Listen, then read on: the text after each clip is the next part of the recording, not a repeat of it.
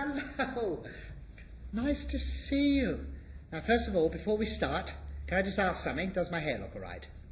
Because I'm having a bit of a bad hair day today, although I suppose every day is a bad hair day for me.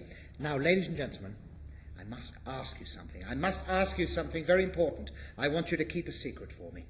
Now, this is top secret. I'm going to tell you some information now. This is top secret.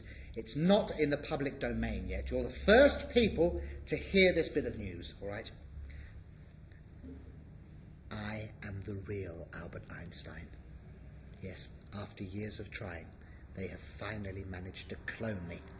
Right, but keep it under your hat or wig. I don't want certain people finding out, as I said. The American military, for example, or worse, L'Oreal hair products, because I'm worth it. Just imagine that, right? So keep it secret, ladies and gentlemen. I'm the real Albert Einstein. Somebody, somewhere, got hold of my DNA, my genetic material, and cloned me. This is because of what happened to my brain when I died of an enlarged heart in 1955. Anyone here know what happened to my brain? Well, I'll let you know. As I was laying there at my post-mortem, when I was laying there on the slab, the pathologist in charge, Dr. Thomas Harvey, decided to steal my brain. He took my brain out of my brain case and then put it in a jam jar full of formalin. Put the lid on and then put it on a shelf in his broom cupboard where it lay undisturbed for the next 20 years. In 1975, he took it out and then proceeded to examine and analyse it. And to make matters worse, he started cutting it up into bite-sized chunks. And then he posted these bits all around the world to all his pathology friends for them to examine and analyse. And as we speak, my brain, I haven't got my head together because my brain is in about 50 different locations all around the world. No one asked me if I wanted to make a comeback, but now that I have, it's absolutely wunderbar to be amongst you, all my loyal physics fans. Now, where was I born? Because I'm missing bits of my brain, I can't remember. Oh yes, that's right, I was born 135 Railway Station Street in a little town called Ulm in southern Germany, 14th of March, 1879. I was born into the world in this tiny little German town. I say born into the world. I was really pulled into the world because I was born with an oversized skull. I nearly died at childbirth. Well, luckily I did make it, and here I am with you, my loyal physics fans. Now, we'll get on with the lecture.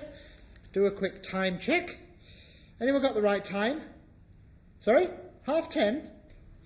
Yeah, my watch says 2:45. It's not right, is it? It's the last time I buy a watch from Argos. What exactly is the right time, ladies and gentlemen? If you sent a live picture of your watch to a friend on a distant galaxy, your friend would not receive that live picture until several minutes later. So who then do you reckon would have the right time, you or your friend? Your friend. Well, you would have the right time, and your friend.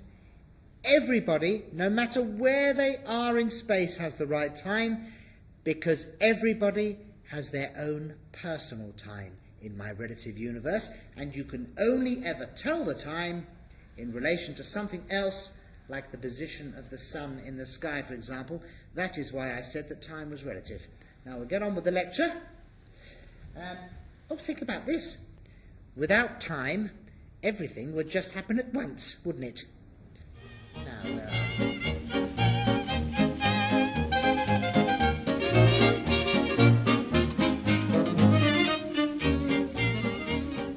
my son mentions thought journeys in this letter.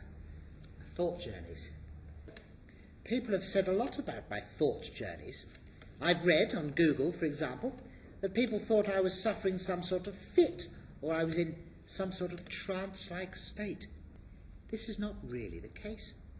What is true to say is that my thought journeys were the best technique I had for working out complicated problems and even more complex equations. Like my famous equation, E equals mc squared. It predicts the beginning of the universe and an expanding universe. But what puzzles me is this: what will happen to our universe if it carries on expanding and inflating.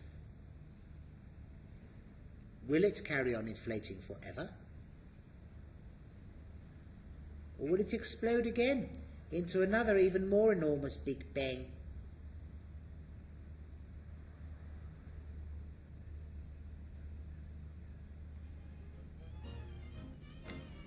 Well, let's find out.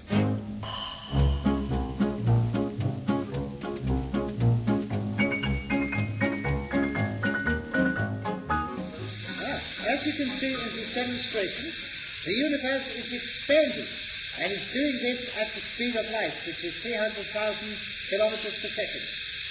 Planets were formed at this time 14 million years ago. Stars, quasars, quavars, red dwarfs, brown dwarfs, the seven dwarfs, even you and me, and everything is still expanding outwards, even today. I'll just turn it off and then we'll get back to the lecture. Let's see, turn it off.